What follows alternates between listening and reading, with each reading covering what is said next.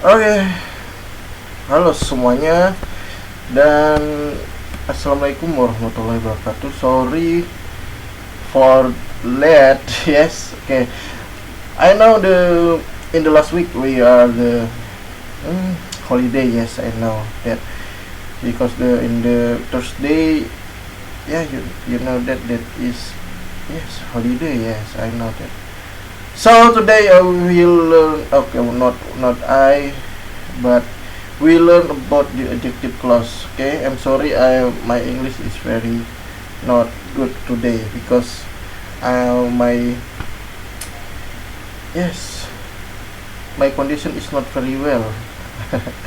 So mohon maaf ya untuk kali ini karena kondisi saya tidak ya sangat kurang enak lah gitu atau tidak enak lah ibaratnya.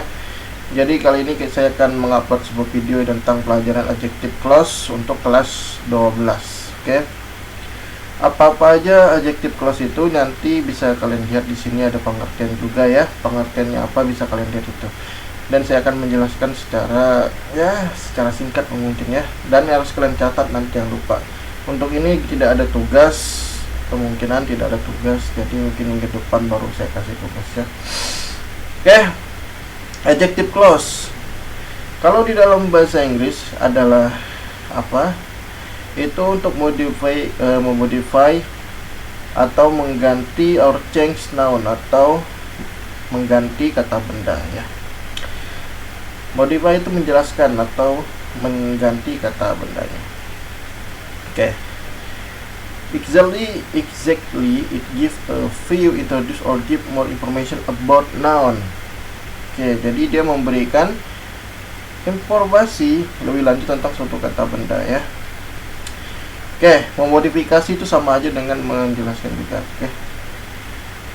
Tepatnya menggambarkan, memperkenalkan. Oke, bisa kalian catat dulu ya kalau kalian ingin melihat. Oke, kita lanjut lagi. Dan di sini ada pengertian secara satu-satu gitu ya. Dan pertama adalah clause. Apa itu clause sendiri? Adalah kelompok dari kata yang mengandung subjek atau kata kerja. Nah, subjeknya apa tapi mengandung kata kerja. Nanti contohnya ada ya, lihat tentu saja. Kalau independent clause itu adalah kalimat lengkapnya mengandung subjek utama dan kata kerja dari suatu kalimat. Independent clause juga disebut sebagai main clause induk kalimat. Nah, ini secara lengkapnya gitu. Nanti ada contohnya Pak. Kalau dependent clause itu yang independen tapi dia tetap sendiri ya. Kalau dependent dia tidak dapat berdiri sendiri. Kalau independen masih dapat berdiri sendiri. Kalau dependent sudah tidak dapat berdiri sendiri ya. Dan harus dihubungkan dengan independent clause ya. Dan dia harus dihubungkan. Gak bisa dia berdiri sendiri kayak independent clause. Oke, kita lanjut lagi. Dan ini untuk penggunaan patternnya atau penggunaan kata kerjanya. Lebih tepatnya ini apa ya? Ya rumus-rumusnya gitu loh. Adjective clause-nya bisa kalian lihat. Ada subjek terus ditambah relative pronouns terus adjective ya. Adjective itu kata sifat. Oke. Kalau relative pronouns itu apa? Dalam kurungnya ada tuh contohnya bisa kalian lihat ya. Dan langsung kita ke contohnya aja, example contohnya. Langsung sampai simple sentence ya. Sentence-nya seperti apa? The girl is beautiful. She lives in Banda Aceh.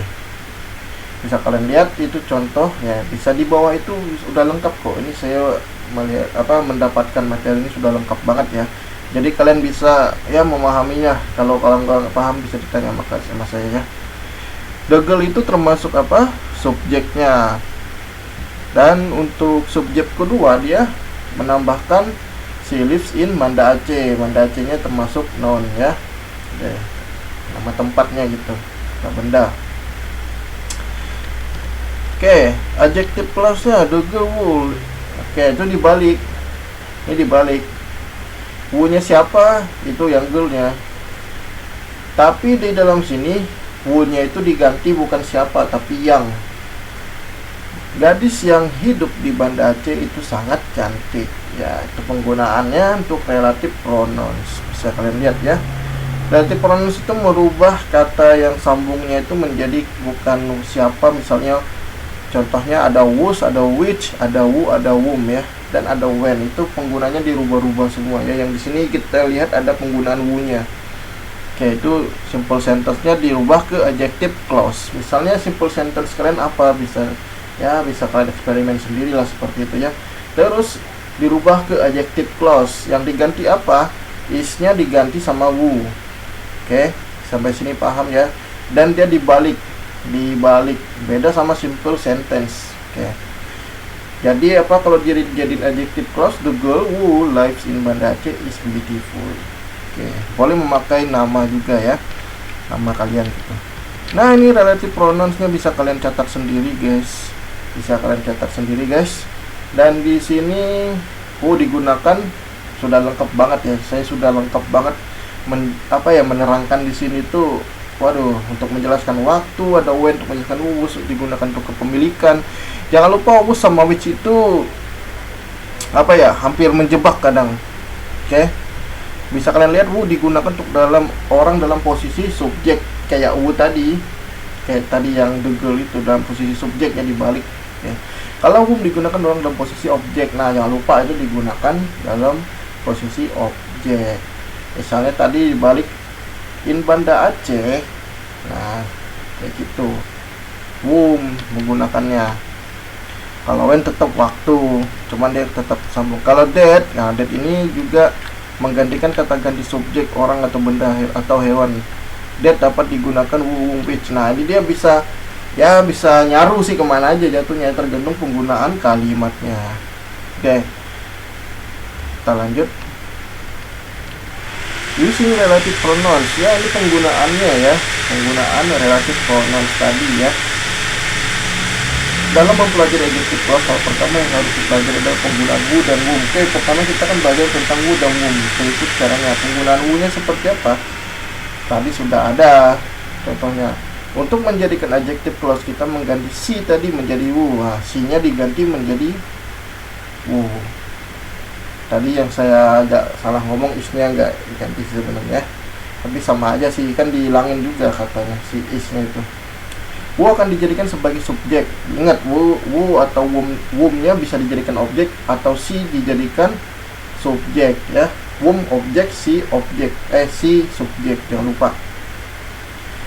Pronoun dan di who di sini akan berupa the girl, dan hasilnya akan seperti the girl who lives in Banda Aceh is beautiful. Oke, contohnya seperti itu. Sampai sini paham ya kalian ya. Oke, kita lanjut. Dan penggunaan whom bisa kalian lihat sendiri guys. Penggunaan whom ini objek. Terjadi apabila penggunaan terjadi untuk mengubah objek pronoun. Contoh, the girl is beautiful, I saw her yesterday. Nah, objeknya her, itu penggunaannya ya. Tapi dilihat dulu, dirubahnya gimana? Jelas pada kalimat the girl terdapat objek pronoun yaitu her. Untuk objek pronoun kita harus memakai whom. Hasilnya akan seperti the girl whom I saw yesterday is beautiful. Nah, itu penggunaannya yang dirubah menjadi objek. Semua perubahan posisinya sama seperti pada who, hanya yang paling penting dan perlu diingat adalah untuk subjek pronoun kita pakai who. Oke, subjek pakai who, objek pakai whom. Cuman beda itu aja kok, tergantung kalian misalnya di tugasnya diminta apa, misal who atau whom ya, terserah. Dan adjektif atau kata sifat selalu berada di ujung. Jangan lupa untuk adjektif atau kata sifatnya di ujung, jangan lupa, nggak pernah dia ada di awal-awal. Oke, lanjut guys. Dan ini penggunaan that bisa kalian lihat sendiri ya. Ini sebagai pengganti who dan whom, jadi dia ada double bisa. That dapat digunakan di mana saja, baik pada kalimat yang mewajibkan who dan juga whom berikut. Contoh, the girl who lives in Banda Aceh is beautiful. Nah, ini sebenarnya untuk memperjelas, that itu sih untuk memperjelas sebenarnya. The girl that lives in Banda Aceh is beautiful juga dengan whom. Nah, kalau whom dia lebih ke objek kan tadi ya, seperti dirubah that sama aja. Jadi ya bisa kemana aja kalau that itu ya. Kalau penggunaan which itu kalau nggak salah untuk ini ya, digunakan untuk benda dengan posisi subjek atau objek. Bisa kalian lihat ya. Kita lihat contohnya seperti apa. Subjek pronoun, the plane is big, it flew in the sky. Oke, bisa ya gitu ya. Ini subjek bisa kalian lihat ya, relatif pronoun langsung dirubah ke relatif pronoun. Kalau subjeknya ada subjek the plan which ditambahkan